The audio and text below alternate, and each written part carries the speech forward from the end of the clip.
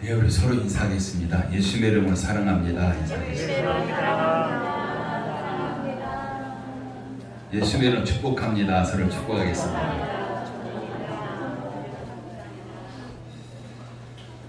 오늘은 메시지를 좀 짧게 전하려고 합니다.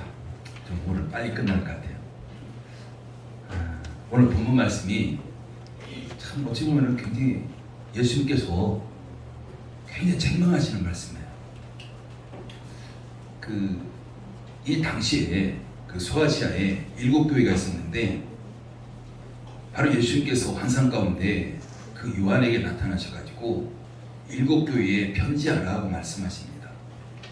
근데 7교회 가운데 칭찬만 듣는 교회도 있었고요, 때로는 책망만 듣는 교회도 있었고, 또한 칭찬도 책망도 함께 듣는 그런 교회가 있습니다.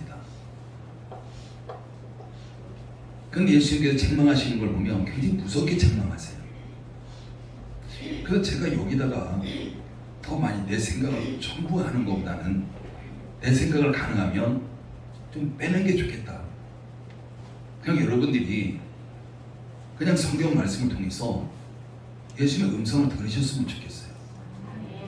그러면 22절 뭐라고 하냐면 예수님께서 귀에 있는 자는 성령이 교회들에게 하시는 말씀을 들을지어다.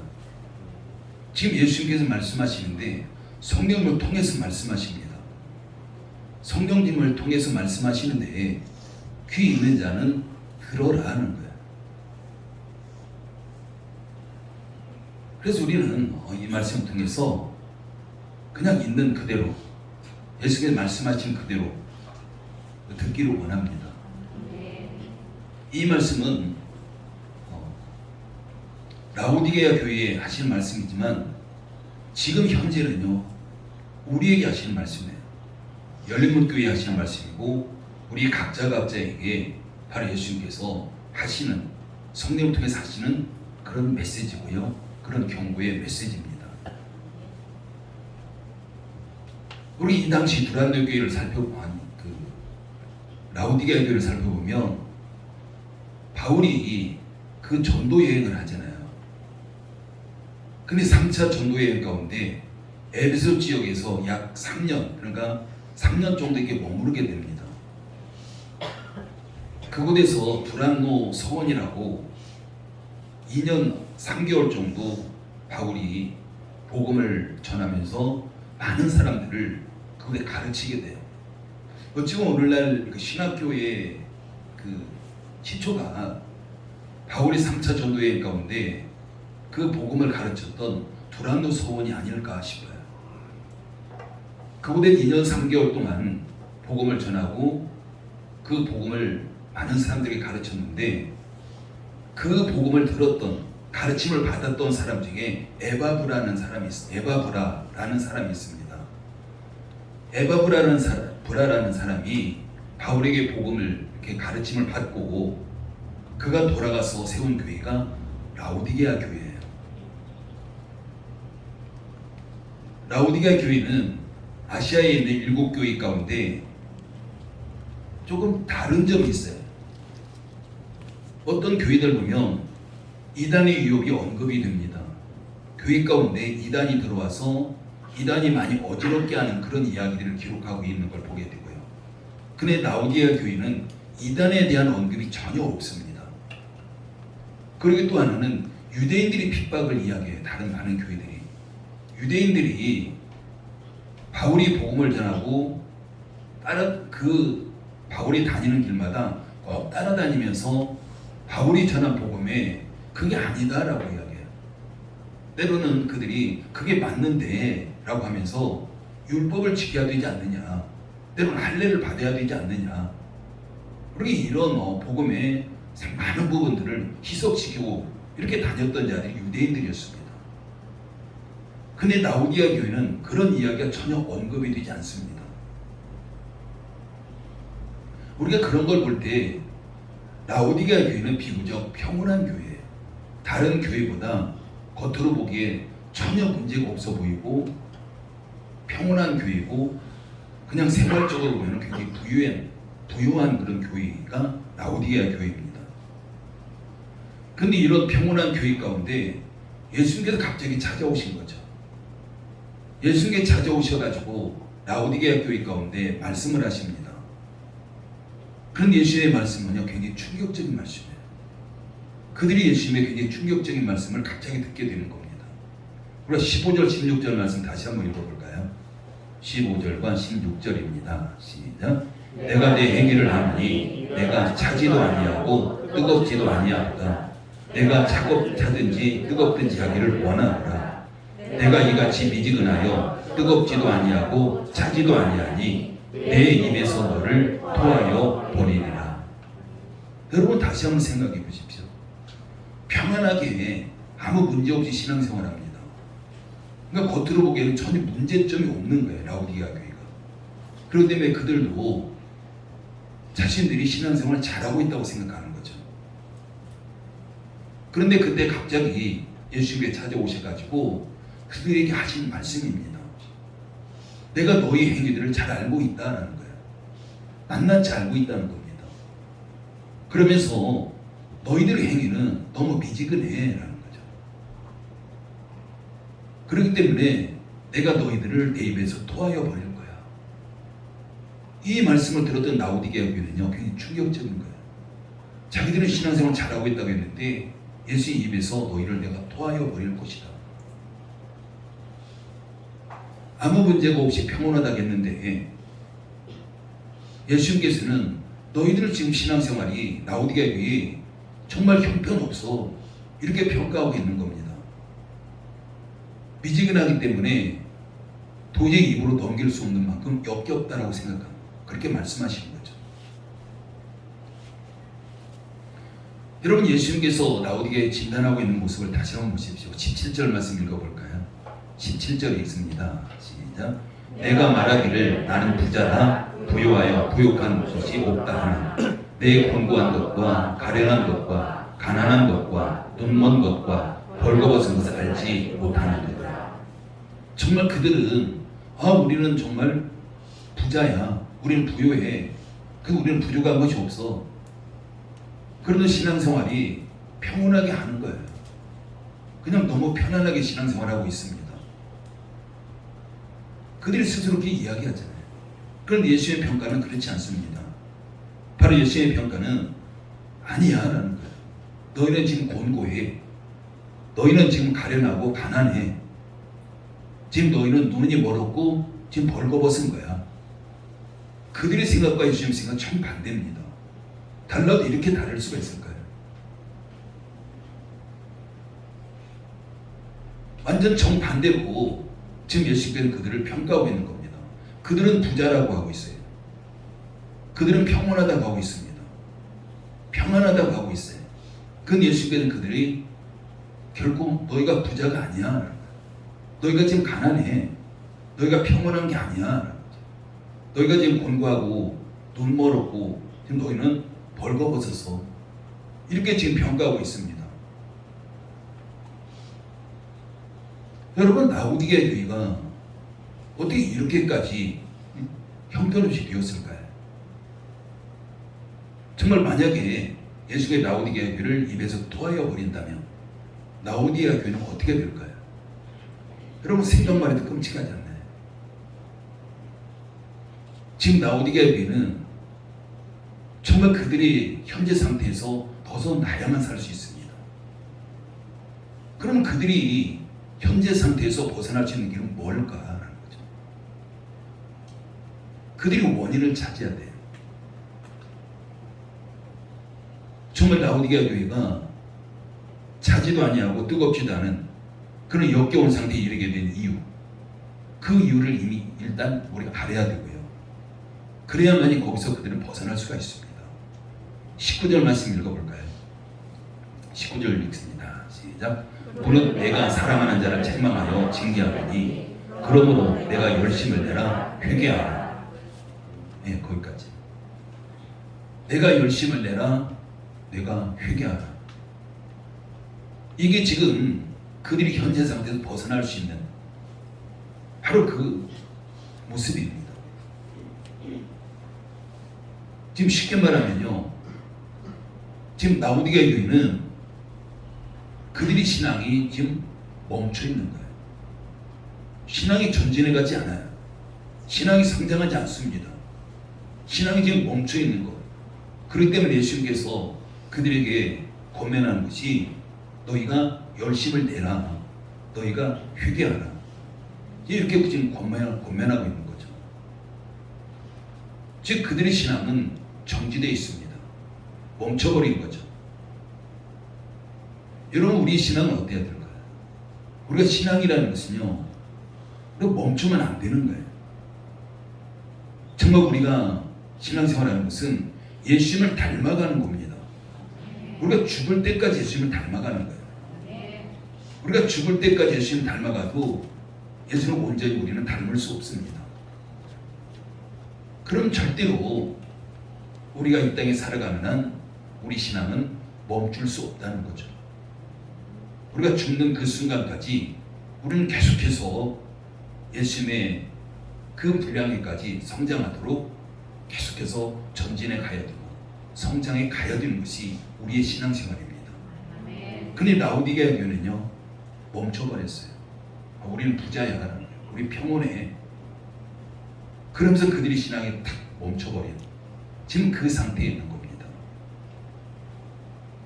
그래서 그들은 신앙이 멈춰버렸기 때문에 더 이상 어떤 신앙의 노력도 하지 않습니다.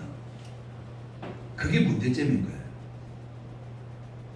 그냥 우리는 평안해라고 있어요. 우리는 부유해, 우리는 부자야.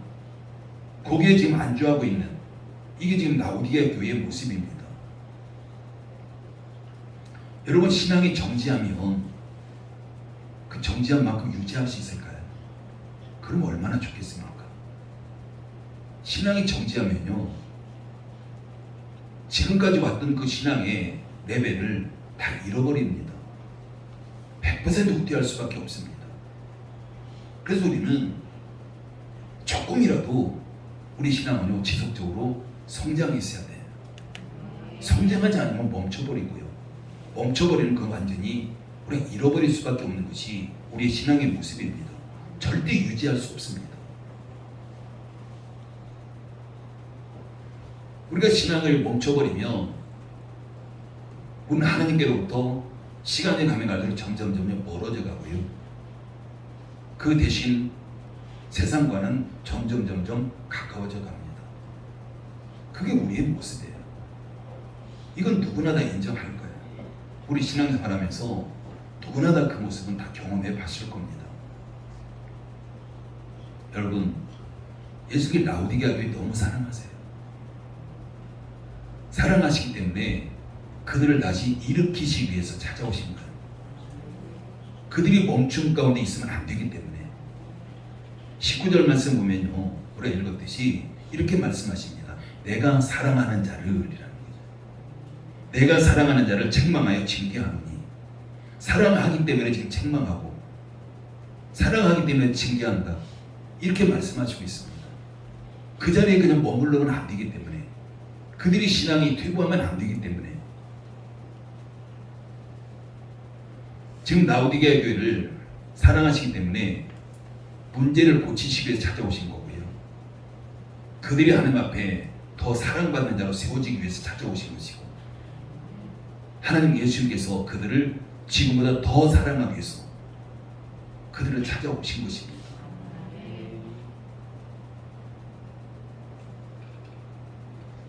뿐만 아니라 예수님께서는 라오디게아 교회가 지금의 신앙의 멈춤 가운데서 다시 회복되기를 원하시고 그래서 그 방법까지 가르쳐 주시는 거예요.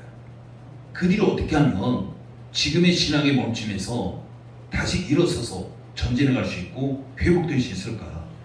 그 방법까지 지금 가르쳐 주고 있습니다. 19절 말씀 다시 읽어볼까요? 19절 읽습니다. 시작. 무릇 내가 사랑하는 자를 책망하여 징계하노니 그러므로 내가 열심을 내라 회개하라. 이게 지금 하나님의 처방전이에요. 예수님께서 지금 라오디게아 교회를 향해서 처방전을 내리고 있습니다. 그것이 열심을 내라 회개하라. 열심과 회개입니다. 열심이라는 것은요 그들이 지금 신앙이 정지된 상태에서 깨어나는 겁니다. 깨어나야 되는 거예요. 차갑지도 뜨겁지도 않은 그들의 신앙에서 다시 생기를 불어넣으라는 그런 말씀입니다. 그리고 회개는 그들이 지금까지 신앙이 정지된 그런 상태에 빠지게 된 원인, 이걸 찾아서 제거하고 그 자리에서 돌이키라는 거예요. 여러분, 회개라는 것은요, 우리가 회개 기도했다고 해서 그게 회개가 아니에요. 회개는 그 자리에서 돌이켜서 하나님께로 향하는 겁니다. 돌아서는 거예요. 돌아서기까지 갈 때에 그게 진정한 회개가 되는 겁니다.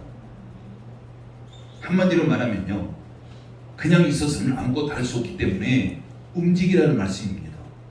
뭔가 움직여야 된다, 이 말씀하고 있는 거죠.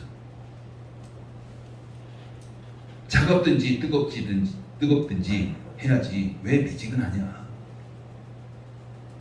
여러분, 여기서 미지근하다는 말이 뭘까요? 이것도 저것도 아닌 상태, 이걸 이야기하는 게 아닙니다.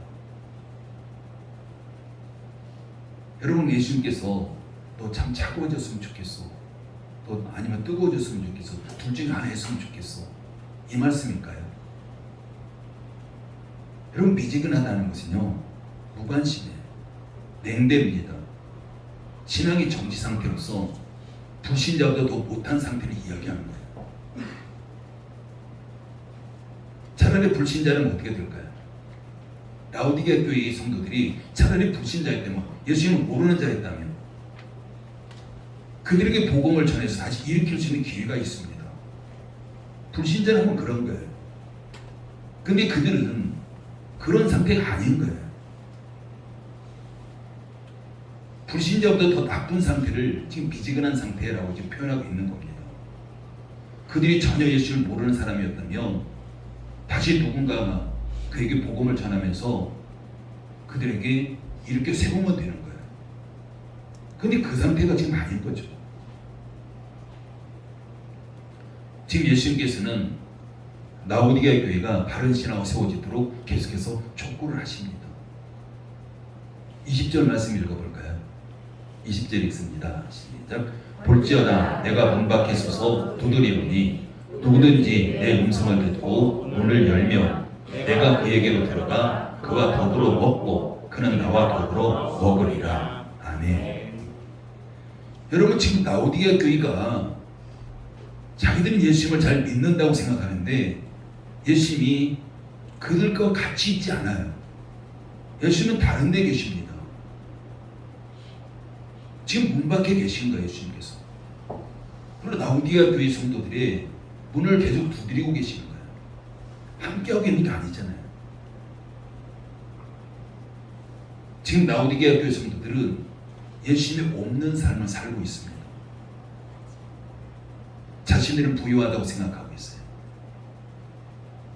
자신들은 평안하다고 생각합니다. 자신들은 아무런 문제가 없다고 생각하고 있습니다.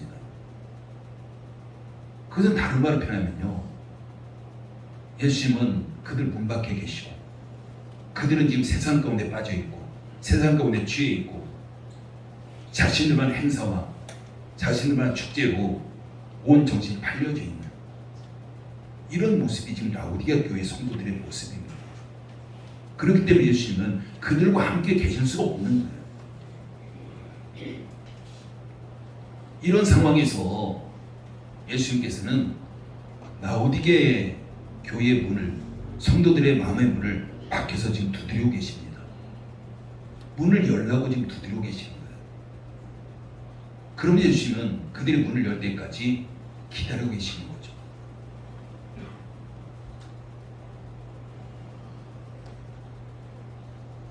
지금 라오디게아 교회에는 예수님의 계실 자리가 없는 거죠. 그 자리를 내어드리지 않았어요. 그렇기 때문에 지금 예수님께서는 라오디게아 교회의 문 밖에서 지금 문을 두드리고 계시는 겁니다. 여러분, 라오디게아 교회와 오늘날의 한국 교회를 비교해 보십시오.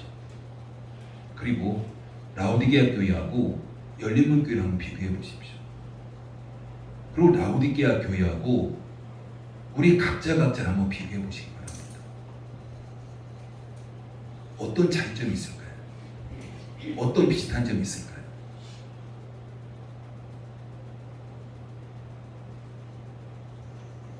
요즘에 우리 교회의 모습과 라오디게 교회에 비교하면 거의 비슷합니다. 우리 교회는 평안해요.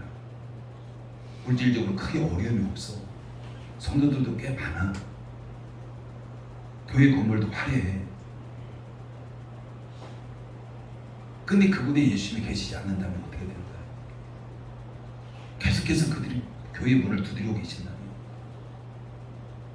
그 대신에 많은 교회들이요, 교회 안에 뭐로 채워져 있냐면요, 세상적인 가치관으로 채워져 있습니다. 세상 것들로 가득 채워져 있어요. 세상의 물질적인 가치관이 교회 안에 주인 노릇하고 있습니다. 여러분, 이거 우리 개인도 마찬가지일 거예요. 우리 개인도 때로는 세상에 취해져 있고, 세상의 물질에 취해 있고, 세상의 쾌락에 취해 있고, 세상의 명예 권력에 취해 있고, 우리가 그런 상황에서는 예수님이 우리 안에 계실 수가 없는 겁니다.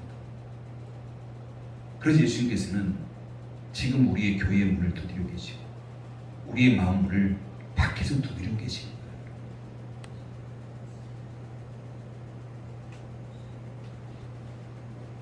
아마 우리의 모습도 지금 라오디게 교회처럼 왜 미지근하냐 라고 말씀하시는 거예요.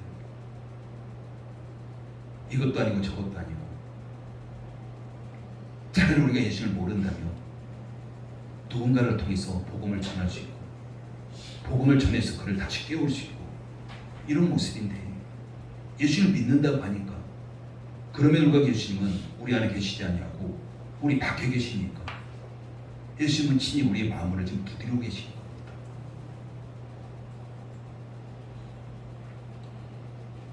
만약에 예수님께서 우리에게 내가 너를 토하여 버릴 것이다, 얼마나 끔찍합니까? 이거보다 끔찍한 것이 어디 있습니까? 지금 예수님께 지금 오늘 본문 말씀을 통해서 라오디게 교회를 향한 경고, 이건 그 당시 라오디게 교회를 향한 경고지만요, 지금 이 시간에는 이 메시지는 우리를 향한 경고 메시지예요. 지금 이 순간만큼은 라오디게 교회가 아무 상관이 없습니다. 우리와 직접적인 연관이 있는 말씀이 오늘 본문 말씀입니다. 라오디게 교회는 하나님의 풍성한 축복을 받은 교회예요. 근데 하나님 앞에 풍성한 축복을 받은 그 축복이 오히려 예수님의 근심이 되고 있는, 오히려 그들이 그 축복이 하나님 앞에 나가는데 걸림돌 되고 있는 이런 모습으로 있습니다. 겉으로 보기에 전혀 부족함이 없는 풍성한 교회가 라오디게 교회입니다. 그런데 그들 스스로 그러잖아요. 나는 부자라, 나는 부유하다, 부족한 것이 없다. 그들 스스로 이렇게 말하고 있습니다.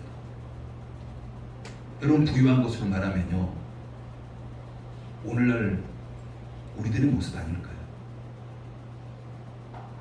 한국 교회의 모습이 지금처럼 부유한 데가 어디 있었습니까? 없었습니다. 우리 한국교회 초창기의 모습, 우리가 70년대, 80년대만 해도 지금처럼 부유한 거 비교할 수 없는 거죠. 상상할 수 없는 거죠. 그런데 그때는 예전에 뜨거운 열정이 있었습니다. 그런데 오늘날은 그 열정이 다 사라져 버렸어요.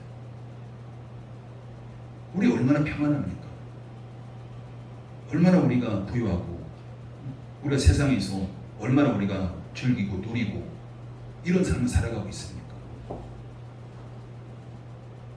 여러분, 하나님께서 우리가 세상에서도 누리는 걸 원하세요. 그래서 복을 주십니다. 근데 그게 우리의 중심을 차지할 수는 없잖아요. 하나님께 우리가 이 땅에서 누리는 거 결코 뭐라고 하지 않아요.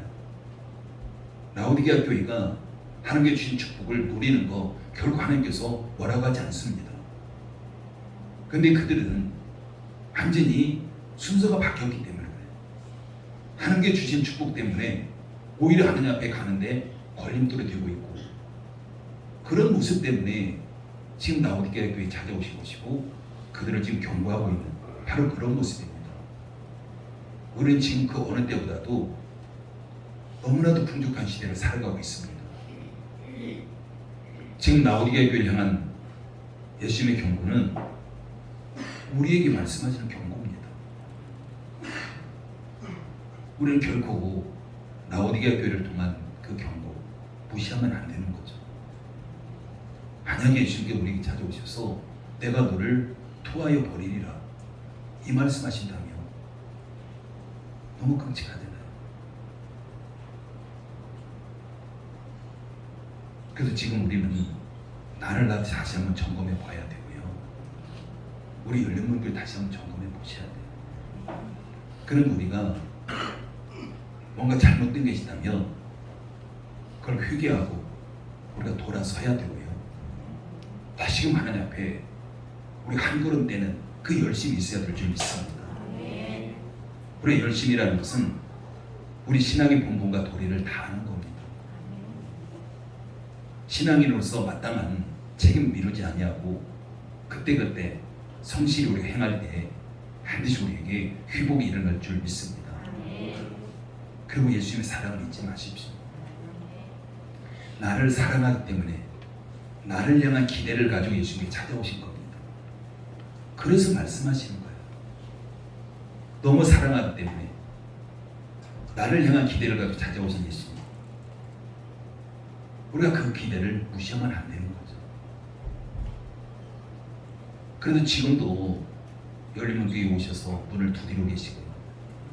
저와 여러분 각자가 댁 찾아오셔서 우리 마음을 두드리고 계시는 겁니다. 쉬지 않으세요. 문 열 때까지 지금 두드리고 계십니다. 그러면 정말 우리 예수님을 내 마음문 밖에 세워두실 것이 아니라 문을 열고 그 예수님을 영접하시고 그 예수님의 손을 잡으십시오. 그 예수님의 손을 잡고 다시 일어서십시오. 신앙의 멈춤에서 우리 다시 깨어나야 됩니다. 우리 멈추면요, 그거 유지하면 좋겠지만 유지했다 다시 시작하면 되겠지만 그 유지가 안 되는 거예요. 완전 바닥까지 다시 내려가요. 그래서 우리 신앙이 어느 정도 올라갔다 내려가고 올라갔다 내려가고 이거 반복할 수 없잖아요. 우리 신앙은 예수님의 그 장성한 분량에까지 성장해 가야 되는 것이 우리 신앙생활의 목표입니다. 그렇다면 정말 지금까지 우리가 예수님과 상관없는 삶을 살았다면 그 삶을 회개하고 다시 돌이키고 그 예수님의 손을 잡고 열심을 내시기 바랍니다. 저와 여러분들이 예수님의 열심에 동참하기만 하면 돼요. 우리의 열심이 아니라 예수님의 열심에 우리가 동참하기만 한다면 반드시 우리는 그 예수님의 능력이 저와 여러분들의 능력이 될 줄 믿습니다. 기도합니다. 아버지 은혜를 감사를 드립니다. 라오디게아 교회를 향한 예수님의 방문은 지금 오늘 이 시간에 열린문교회와 우리 각자의 방문인 줄 믿습니다. 그들에게 책망하셨던 그 메시지가 오늘 우리에게 책망하시는 메시지인 줄 믿습니다. 우리가 이 메시지 앞에서 다시금 열린문교회와 우리 자신을 점검하면서 우리가 잘못된 것이 있다면 회개하고 돌이키고 예수님의 손을 붙잡고 그 예수님의 열심에 다시금 동참하기를 원합니다. 아버지 하나님 우리를 도우시기 위해 주셔서 우리가 멈춤에서 다시 일어서는 열린문교회와 우리 모든 성도들 되게 하여 주시옵소서. 예수님의 이름으로 기도드립니다. 아멘.